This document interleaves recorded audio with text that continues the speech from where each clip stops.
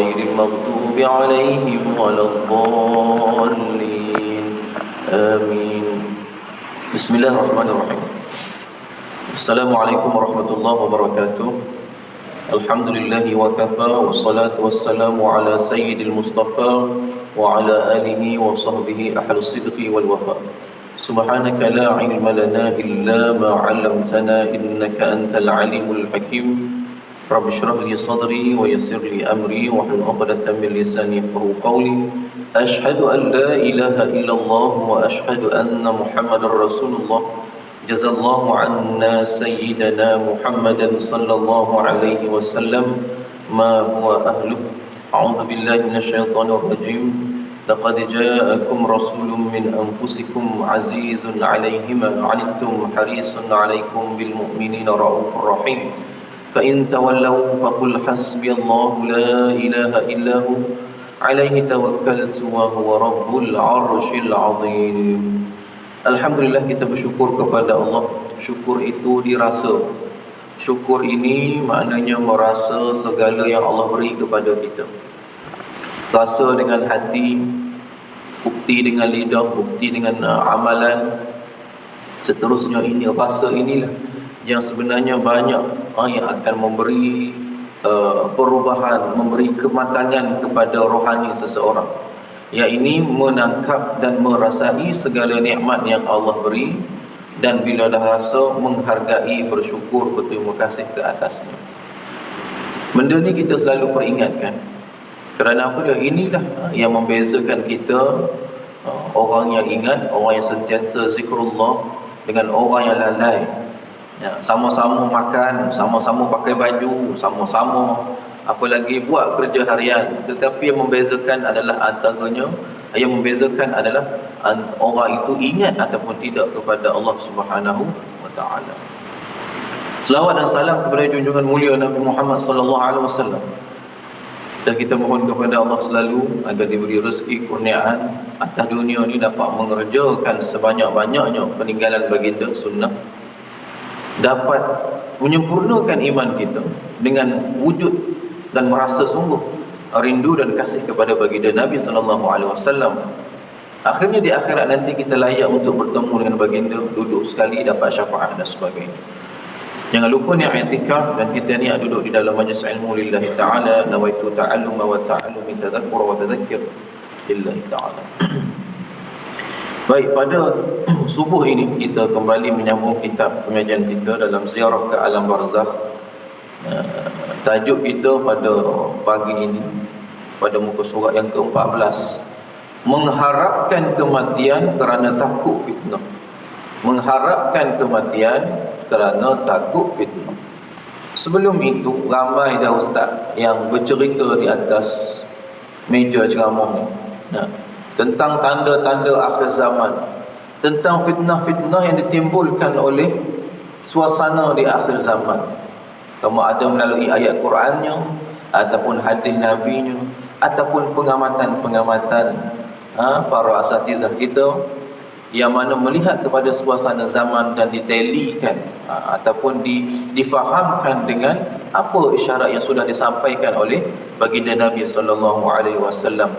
Dan kesimpulannya, kita sudah letak dalam diri kita dengan yakin bahawa memang kita sudah berada di zaman ini, yakni di zaman akhir, ujung sangat, yang penuh dengan fitnah.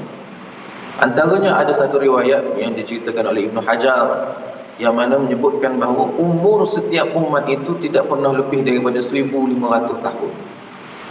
Tak pernah lebih daripada 1,500 tahun. Yakni jarak antara Nabi dengan Nabi yang terdahulu tidak lebih daripada 1,500 tahun antara Nabi dengan Nabi. Baik, ala kulli hal, kalau kita tengok secara matematik kita, sekarang ni berapa tahun hijrah dah? Kita ambil tahun hijrah lah. Jadi 144, 5 kan dah 5 lah. Maknanya kalau kira comot-comot mudahnya, kira 55 tahun lagi sebelum 1,500. Sebelum 1,500. Ini kalau dikira daripada tahun hijrah. Kalau dikira dari tahun hijrah, Nabi hijrah umur 50. Nabi start diangkat jadi Rasul umur 40. Maknanya kena tambah 10 tahun lagi. Nah, jadi 45, 35 apa? Makin sikit pun. Nah, itu kalau genap. Tapi ulama sebut juga, mana orang sebut juga boleh jadi lebih, boleh jadi kurang, tapi lebih kurang tu lah. Nah, baik, ala kulli memang kita sudah merasakan yang kita berada di penghujung zaman dengan suasana-suasana, dengan alamat-alamat yang memang sudah dekat, sudah ada depan mata kita. Tinggal saja mungkin tanda-tanda besar. Nah, ada juga, ini saya nak sebut sebagai perbincangan sebelum kita masuk. Ada juga yang menyebutkan bahawa tanda besar akhir zaman adalah dengan kemunculan Dajjal. Ini kita kata sarah riwayat yang jelas bagi kita. Tetapi dalam memahami Dajjal yang bagaimana? Ada yang memaknakan dengan sudut zahir, makna Dajjal utuh tubuhnya keluar. Ada juga yang mengajak kita berfikir Dajjal itu Dajjal yang macam mana? Disebut oleh Nabi, Dajjal itu akan melalui setiap lorong-lorong di rumah kamu. Betul? Ada hadis kan? Kecuali tak boleh masuk di tanah suci, tak boleh masuk di Kaabah. Masjidil Haram memang tak boleh masuk. Nah, baik. Jadi di situ ada yang menyebutkan bahawa sebenarnya yang dimaksudkan, bukan sebenarnya, antara tamsilan yang boleh kita ambil kira Dajjal itu masuk di setiap lorong di rumah kamu, tidak ada yang terlepas dengan makna diri kita, iaitu Dajjal itu dah masuk setiap genap sudut dalam diri kita ini. Darah, urat semua dia dah masuk dah. Kecuali satu, kalau kita ingat kepada Allah, iaitu Kaabah diri kita, Kaabah hati. Ini yang kita pernah bincang ni dalam kita nak belajar dalam kitab Mau'izah itu tentang khusyuk. Kan dia ada kiblat, kan kiblat zahir, kiblat batin, kita belajar itu. Kiblat zahir ni Kaabah tu lah. Kiblat batin diri kita. Kita nak, hati kita nak kena menghadap pada siapa? Menghadap kepada Allah. Yang zahirnya menghadap kepada arah kiblat tu, iaitu Kaabah. Jadi di sini yang tak dimasuki oleh Dajjal dalam satu pemikiran ini, iaitu hati kita, kiblat diri kita ni. Diri yang mana? Diri yang sentiasa ingat kepada Allah, yang sentiasa subhanallah, alhamdulillah, Allahu akbar, la ilaha illallah, la haula wala quwata illa billah, astaghfirullah. Hati yang begitu, yang tak dimasuki oleh Dajjal, yang dipelihara oleh Allah. Ini satu penafsiran, satu cara faham melihat kepada akhir zaman. Kerana bila ayat-ayat turun ini, dia tak semestinya makna zahir semata-mata, boleh jadi makna batin. Boleh jadi juga apa yang Nabi sebut itu, gambaran yang Nabi sebut itu adalah tamsilan yang batin. Boleh jadi sekarang ini kita ajak umat ini untuk berfikir, dan memang jelas setiap sudut badan kita ini sudah diceroboh kalau nak kira ni. Dengan makanan kita, pemikiran kita, apa yang makanan ubat yang masuk dalam tubuh kita, semua dah masuk dah. Baik, kecuali hati yang mengingat kepada Allah dijaga oleh Allah. Baik, mari kita sambung balik. Mengharapkan kematian kerana takut fitnah. Bawah sekali, Ulaim Al-Kindi berkata, saya pernah bersama Ubaid Abbas Al-Ghifari berada di tempat yang tinggi. Lalu dia melihat suatu kaum berlari menghindari penyakit taun. Lantas ia berkata, wahai penyakit taun, jemputlah aku bersamamu. Hal itu diulang 3 kali. Wahai taun, marilah ajak aku sekali. Dipanggil penyakit, suruh kena ke dia. Kemudian orang lain bertanya kepadanya, mengapa engkau berkata seperti begitu? Sebab apa ni? Kamu ni macam nak minta mati. Bukankah Rasulullah sallallahu alaihi wasallam telah bersabda, tidak sepatutnya salah seorang di kalangan kalian mengharapkan kematian, kerana pada saat kematian itu maka terputuslah semua amal. Akan tetapi jangan pula kalian lari atau menolaknya, apatah lagi mencelanya. Nabi sebut apa dia? Jangan mengharap kematian. Sebab bila mati tak ada peluang dah nak buat amal. Tiada peluang dah nak kita nak apa minta ampun, tak ada peluang dah. Habis putus dah bahagian tu. Bahagian usaha tak habis dah. Tetapi kalau mati itu datang, jangan pula lari.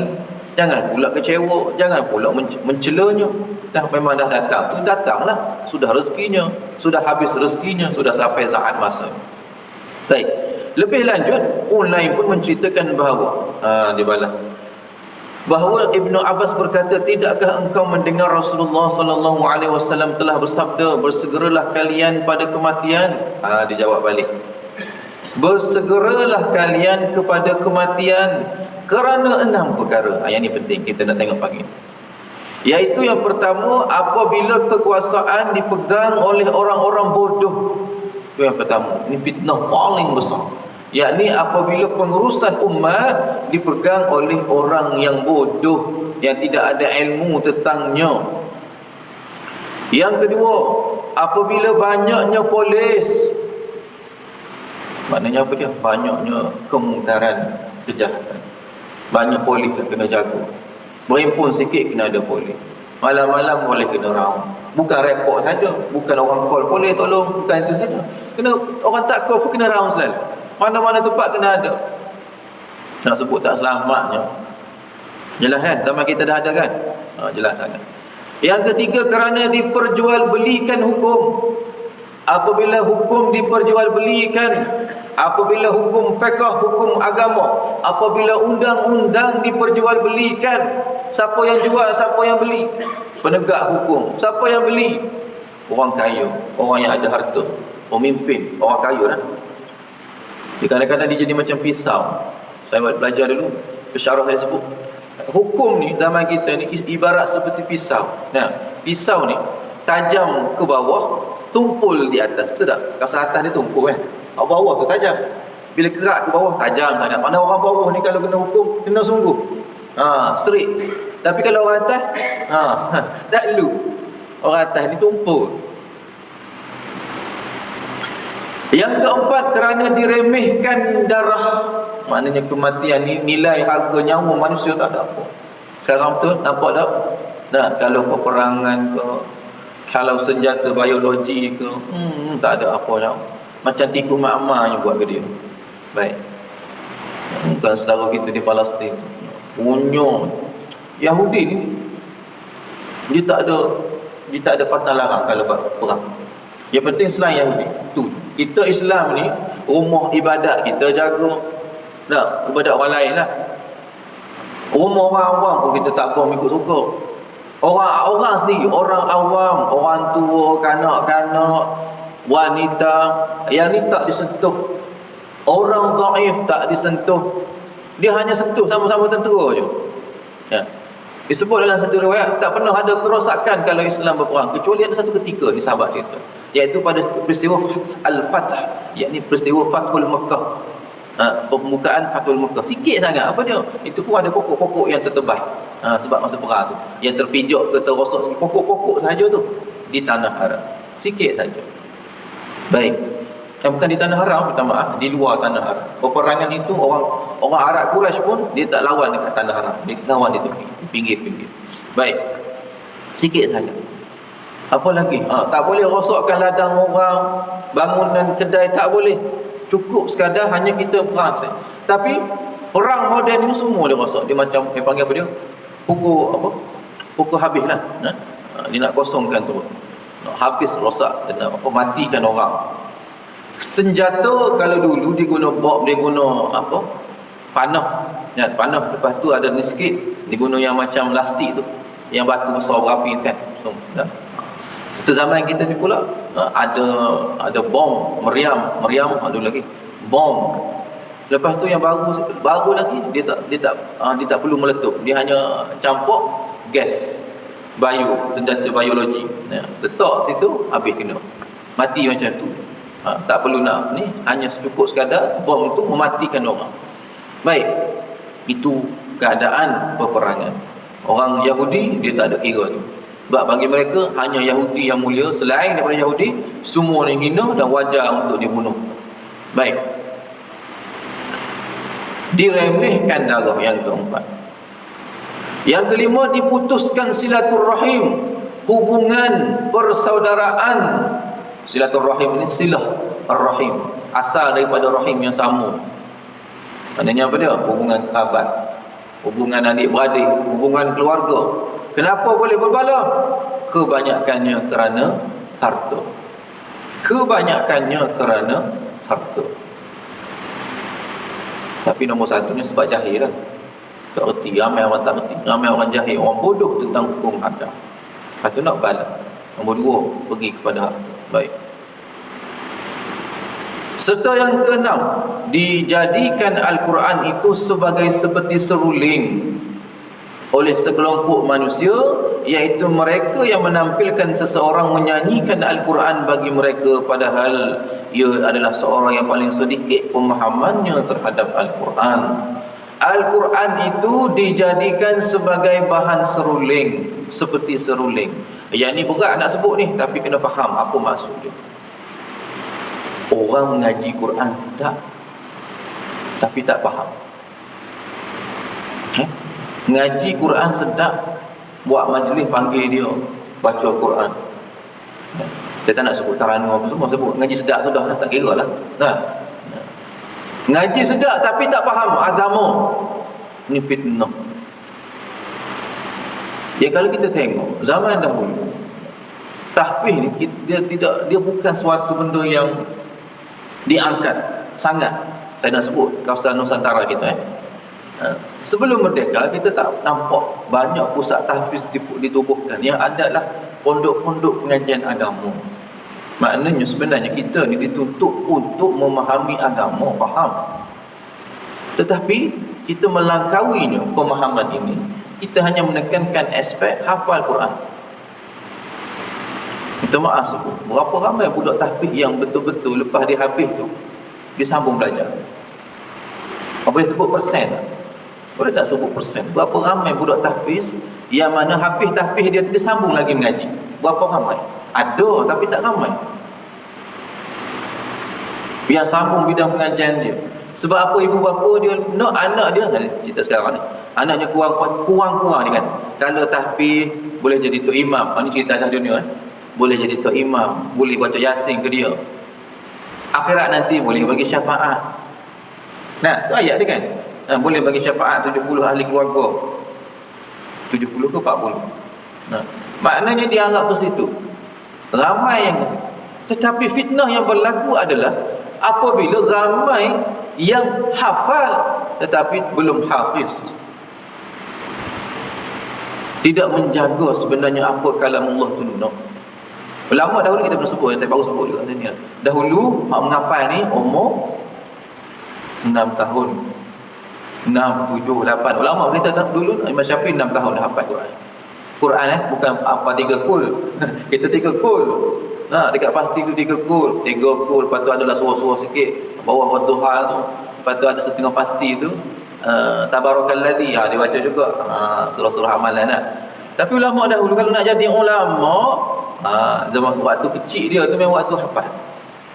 Dekat nak akhir balik, ni untuk memahami apa yang dihafal. Tapi kita ni dah lah hafal lewat umur 13 baru hantar pusat tahfiz. Mana-mana lah, tak kira lah kerajaan ke swasta ke. Dah, maknanya lepas sekolah rendah kebanyakan sampai umur 17, 18, 19 baru habis. Lepas tu kalau tak ambil SPM tak boleh nak masuk U. Untuk sambung dia punya pengajian tu, habis kan gitu lah. Kebanyakannya macam tu. Jadi tak imam saja. Hafal dari sudut tadabbur, pemahaman, penafsiran apa yang dikehendaki oleh ayat-ayat, dia tak belajar. Bukan tak belajar, sikit sangat. Sikit sangat.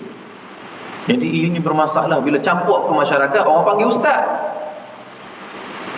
Ayat hafal, tapi cara nak guna ayat tu belum tentu dia memahami. Orang panggil dia mari mengaji, sedap suara dia, tapi untuk memahami agama bermasalah. Pandai baca ayat tapi betul ke konteks yang dia guna. Inilah fitnah yang banyak berlaku sekarang ini. Baca ayat Quran berdegar-degar tetapi cara guna tu fitnah pada agama. Ulama tafsir tak sebut macam ni, tapi dia guna ayat ni untuk cara dia faham. Sebab apa? Dia ambil kan Quran kan ada sebelah ada makna kan. Kan ada Quran kan. Yang ni hak bahasa Arab dia. Sebelah tu ada makna. Dia ambil itu. Yang tu sekadar makna kita kata harfiah ataupun makna mengikut apa yang bahasa Arab terjemah ke Melayu. Itu pun kadang-kadang ada penggunaan kata yang tak sesuai. Yang bahasa Arab nak terjemah ke Melayu ada kalanya tak sesuai. Sebab bergantung kepada siapa yang menyusunnya. Contoh satu kalimat wasatiyah. Wasatiyah kan. Kita guna kalimat tu dalam bahasa Melayu disebut kesederhanaan. Wasatiyah, wasit, pertengahan. Orang Indon dipanggil wasit. Wasit ni apa dia? Pengadil dia kata. Wasit bola kalau kita tengok. Pengulas. Wasit meniup peliut. Wasit ni orang tengah, pengadil. Wasatiyah diartikan dengan kesederhanaan. Kalau kita faham kesederhanaan, maknanya apa dia? Relax tak nak sungguh sangat. Yang penting ada. Jangan nampak lekeh sangat. Jangan beria sangat. Kita faham kesederhanaan sebegitu. Yang ni yang dikritik oleh Syekh Ali Jumaah. Ramai orang Islam kita silap dalam memahami makna wasatiyah. Nah, khairul umuri awsatuha. Nabi sebutkan, sebaik-baik urusan yang awsatuha, yang pertengahan. Pertengahan ni erti dia macam mana? Imam Ali Jumaah, Syekh Ali Jumaah dan Timusi Imam Tan. Disebut apa dia? Ini kesilapan sehingga menyebabkan umat Islam tidak ingin menjadi yang terkehadapan. Sedangkan tuntutannya adalah kehadapan. Mengepalai, menguasai, mengatur, sepatutnya sebegitu. Awsatuha, pertengahan. Tengah yang macam mana? Tengah dia macam tengah segitiga. Kan? Satu, dia macam tengah yang macam mana? Tengah ada atas. Bukan tengah macam ni, dia duduk kat tengah macam tu. Kan? Satu garisan duduk kat tengah. Bukan. Dia tengah dia macam ni. Ni sepatutnya. Tengah di atas. Sehingga kita boleh menilai yang kanan, yang kiri. Sebab bila kita duduk atas, kita tahu mana. Kita boleh atur. Itu makna yang sebenarnya. Berada di atas, di kemuncak tengah. Boleh melihat ke bawah, boleh mengatur, boleh mendidik, boleh menjaga dan sebagainya. Itu maksudnya sepatutnya. Tapi kita tengok, Islam tak apa cukup. Ada baju, ada kereta cukup. Sepatutnya kita yang buat baju, kita yang buat kereta. Fahamnya macam tu. Fardu kifayahnya sepatutnya. Tapi silap faham kat situ. Nah, ini fitnah. Nampak tak? Siapa yang bawa ni? Orang yang bukan memahami Al-Quran dengan cara yang sepatutnya oleh para ulama. Sebab tu benda mengaji ni memang kena mengaji dengan ulama, bukan mengaji dengan kitab. Kitab ni alat. Jadi orang yang banyak mengaji Quran tadi, dia hanya tengok ni, dia tak sambung pengajian. Ada yang sambung, tetapi kebanyakannya tak sambung. Sebab umur 19, 20, 21 ni mula nak gatal dah lah. Nak tengok, mula dah pegang duit.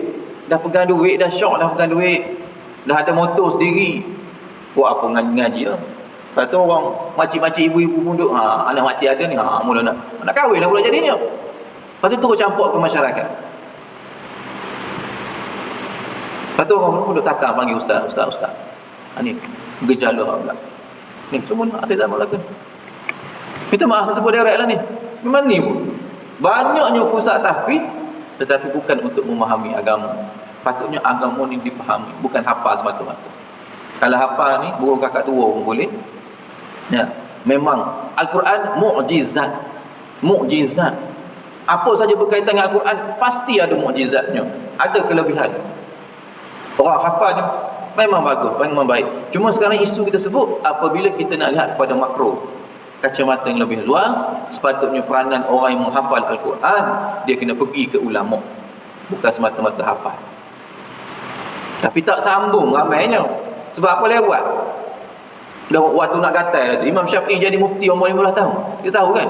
15 tahun sudah menjadi tempat rujukan bagi para ulama dia di Kaabah pada ketika itu, di Mekah. Dia belajar dengan tok guru dia 15 tahun boleh ketua fatwa dah. Boleh keluar fatwa.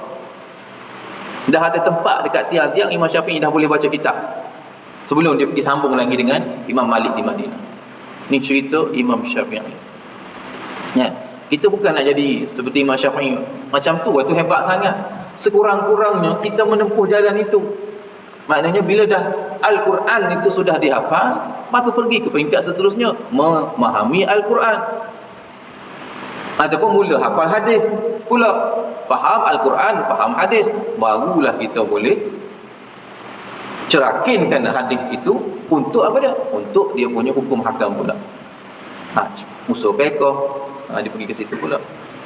Baik, itu kaedah ilmu. Tetapi sekarang ni kita cepat sangat, langkah ini menyebabkan produk hukum yang terhasil ataupun produk orang yang nak mengajar ni yang terhasil, dia orang panggil apa dia? Tak matang. Dia tak matang. Baik, itu fitnah akhir zaman. Ada 6 perkara tadi. Yang pertama apa dia?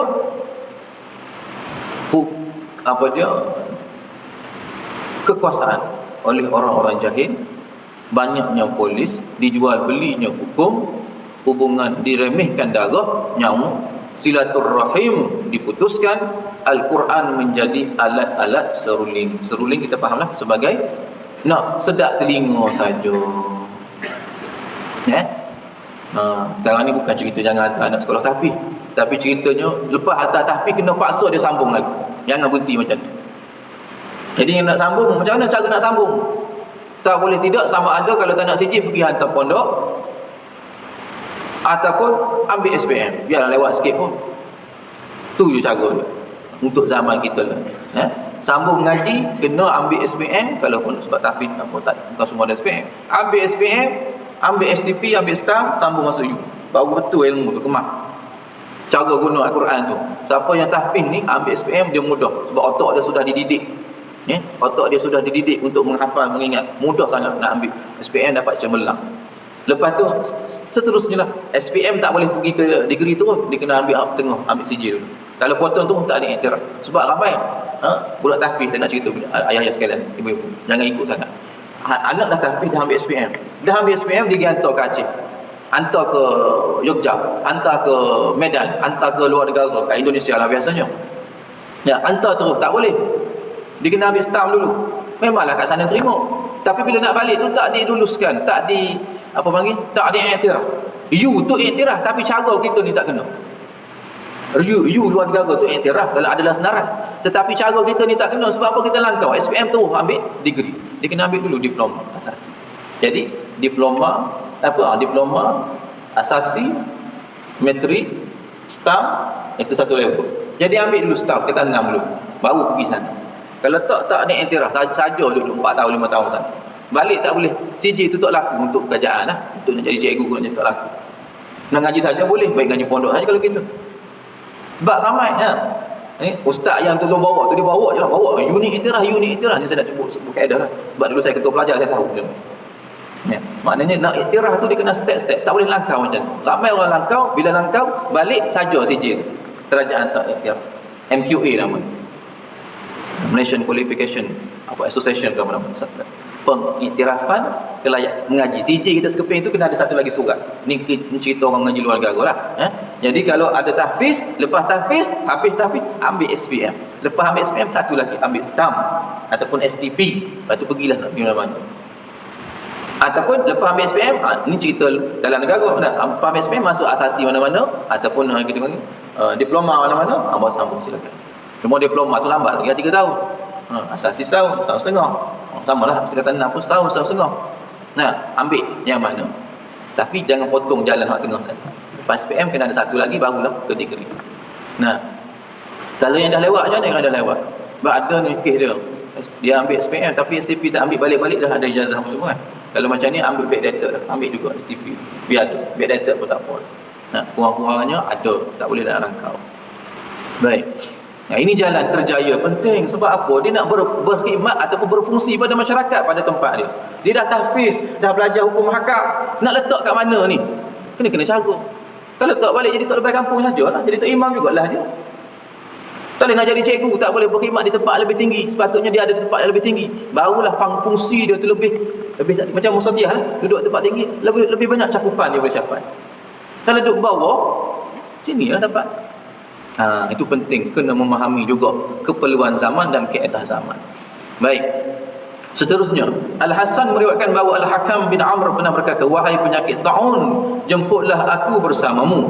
Kemudian ditanya kepadanya, "Mengapa engkau berkata demikian padahal engkau telah mendengar Rasulullah sallallahu alaihi wasallam bersabda, tidak sepatutnya salah seorang di kalangan kalian mengharapkan kematian. Saya pernah mendengar apa yang telah engkau dengar itu, tetapi aku ingin segera mati kerana 6 hal. Yang pertama, diperjualbelikan hukum, banyaknya polis, pemerintahan dipegang oleh anak beranak." Anak beranak. Bahaya anak. Tidak anak sepupu. Orang sama tu. Ditumpahkan darah, diputuskan silaturahim, adanya golongan di akhir zaman yang mendorong para pembaca Quran ataupun Al-Quran menjadikannya Al-Quran sebagai seruling. Lebih kurang atas tadi. Cuma riwayat ataupun susunan yang berbeza. Habib Ibnu Abi Fadalah berkata bahawa Abu Hurairah pernah menyebut tentang kematian seakan-akan ia mengharapkan, yakni mengharapkan kematian itu datang kepadanya. Sebahagian sahabat pun lantas bertanya, mengapa engkau mengharapkan sangat kematian ni? Kenapa kamu nak sangat mati ni? Padahal Rasulullah SAW telah bersabda, tidak dibolehkan seorang itu mengharapkan kematian. Baik dia ni orang baik ataupun dia ni orang jahat. Kalau dia baik, mungkin bertambah amalnya, kebaikannya, kedudukan darjatnya. Kalau dia orang jahat, mungkin dia ada peluang untuk insaf, taubat, meninggalkan kejahatan dia. Itu dua-dua baik tu. Kalau dia baik, makin bertambah amal. Kalau dia jahat, ada peluang untuk taubat. Maka Abu Hurairah pun menjawab, bagaimana aku tidak mengharapkan kematian sementara aku takut melihat 6 perkara. Ni Abu Hurairah punya.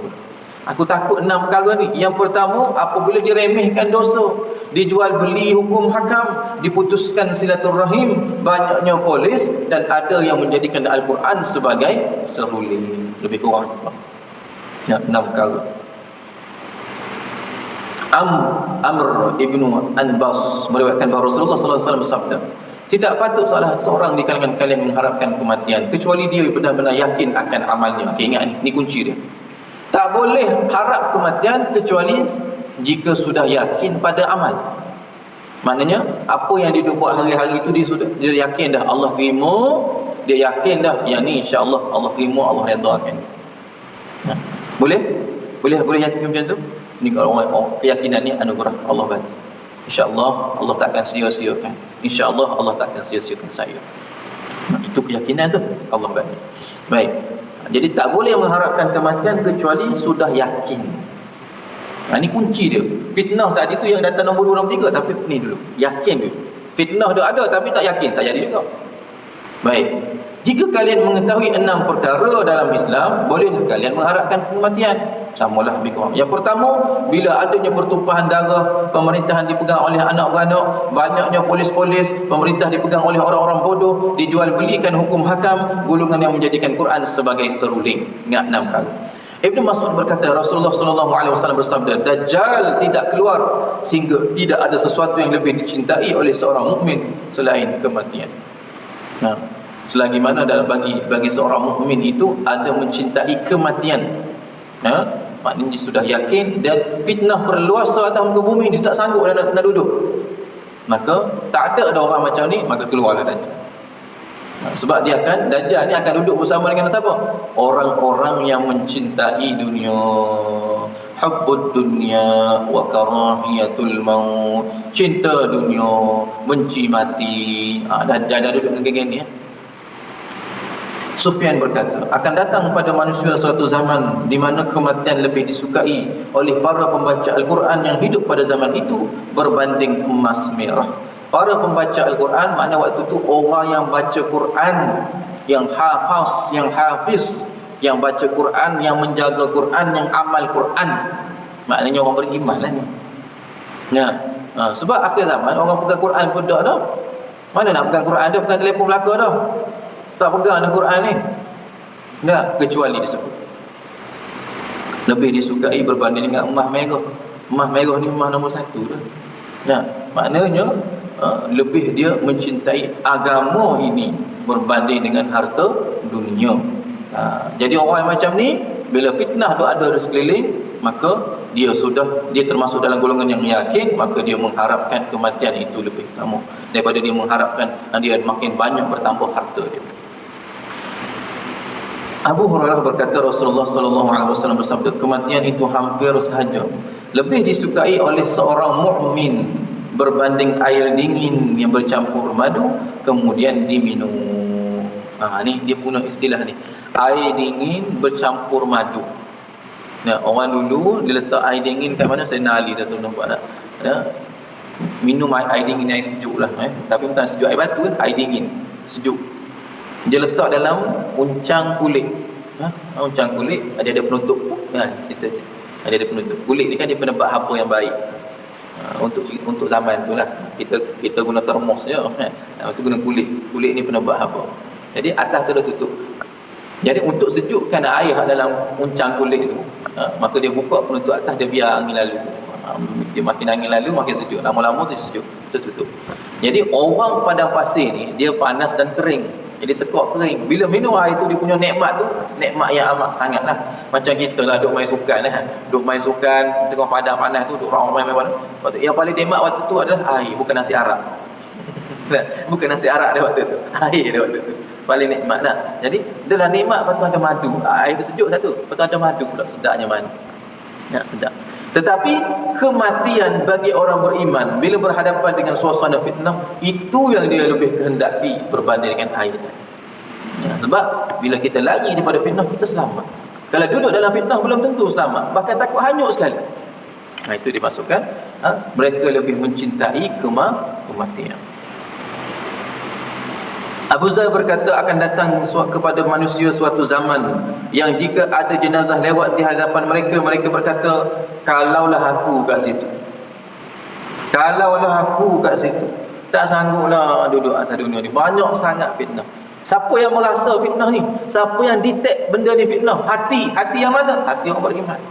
Kalau orang tu tak ada apa, ilmu, tak ada iman pun kurang sendiri, dia tak rasa benda tu fitnah, seronok pun ada pula jadinya.